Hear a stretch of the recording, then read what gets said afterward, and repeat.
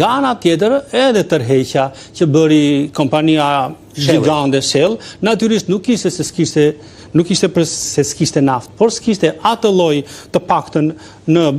atë parashikimet e tyre të tillë që të justifikonte gjithë investimin. Pra, naftë ka, por është në shterim. Dhe gjitha kjo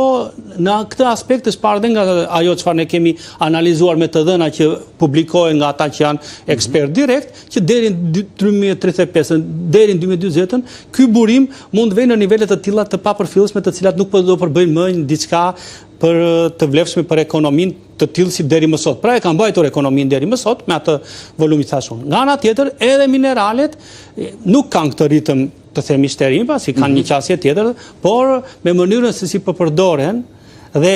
natyrisht kemi një prodhim të lartë, pra nëse me naftën pikun e kishim diku deri 2012 deri në 2016, me kromin e kemi në vitet e para 2 vitesh arriti një sasi deri mbi 900.000 ton. Por çfarë ndodh? Me të dyja këto, ajo çfarë ne kemi marrë në analizë tani nuk është çfarë kemi pasur dhe çfarë do të kemi, por si i përdorim ne këto, jo vetëm për t'i dhënë ekonomisë, por dhe se sa e shtojnë atë vlerën për pjesën e fuqisë punëtore, për pjesën e lidhjes me sektorët e tjerë të ekonomisë, pasi kemi parë që këto sektor funksionojnë si ishujt brenda vetvetes, por nuk japin e marrë, dhe kjo do të thotë që momenti që s'kthehen në industri përpunuese, një nga faktorët. Momenti që këto lekë që janë mbledhur apo janë hedhur në ekonomi, qoftë në formën e taksave, qoftë në formën e kontributeve koncesionare, para arsye se me naftën nga të paktën 10-12 vitet e fundit përdoret një model kontrate e re, e cila quhet kontrata për ndarjen e prodhimit, që kanë synim të vetë marrje të më shumë kontributi për shtetin, por dhe një rent më të lartë, e cila vete në nivelin 10%, edhe pse ne kemi shtruar aty që duhet përdorur një rent jo e shesht, para arsye se renta është e shesht 10%, mbi çmimin, kuptohet, mbi vlerën e faturës. Në fakt do të jetë progresive. Kur nafta është e lirë, dhe sidomos në këtë kohë kur ne kemi me kufizim tashmë prodhimin, nuk kemi më në kulmin e rezervave më të mëdha, edhe renta nuk do jetë ne kemi thënë një normë 8% të marrë nga të themi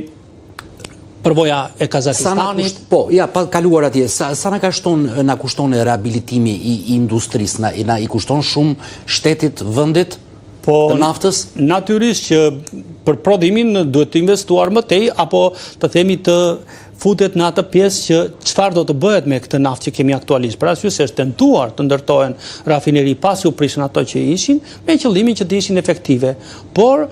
ka dhe një detyrim kontraktual të kompanive nxjerrëse të naftës, të cilët duhet ta dorëzojnë te Alpetroli kryesisht atë pjesë që i takon shtetit, me qëllim që ajo ta përdor pastaj për qëllime të tjera, pra si një kontribut të themi për burimet natyrore. Dhe e gjitha kjo ne kemi vërejtur që nga mospërdorimi i disa mekanizmave ekonomik, si krijimi i një fondi të dedikuar për burimet natyrore, siç e ka Norvegjia apo dhe shtetet të tjera të cilat kanë marrë pjesë nga ato çfarë detyrohet kompanitë shtetit nëpërmjet formave të ndryshme, qoftë në natyrë, qoftë në burime fiskale, dhe këto kanë krijuar një fond i cili përse shërben? Shërben në radhë të parë për të kuptuar që ky fond i dedikuar do të përdoret nesër për të fuqizuar qoftë industrinë, po edhe për t'i rikthyer mbrapsht natyrës, pasi këto kanë dhe ndotje natyrore që ne kemi evidentuar aty, ka puse të cilat janë të braktisura në forma të ndryshme, disa nuk përdoren dot më, disa del një teknologji më e re apo të ndryshëm, të cilët kanë efekte mjedisore dashur pa dashur. E kemi një numër të parafort ne të puseve të naftës. Po thuhet një numër i cili unë nuk mund ta konfirmoj dot, por 5000 puse janë të tilla që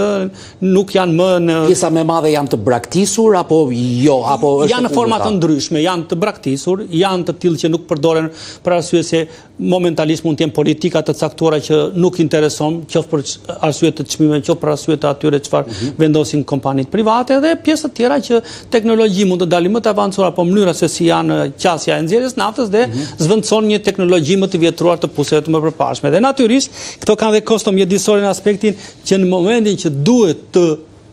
parafrohen disa standarde mjedisore, të cilat tashmë ne po i dëgjojmë që po bëhen më të ndjeshme, sidomos me momentin e plotësimit të standardeve, me integrimin natyrisht që kosto e tyre është e fshehur, dhe ne që do të kërkojnë moment caktuar, duke mos i planifikuar në kohë, duke mos i futur në buxhetimin e atyre çfarë ka qeveria, para arsye se ato do merren dorëzim nga diku, koncesioni ka një parim.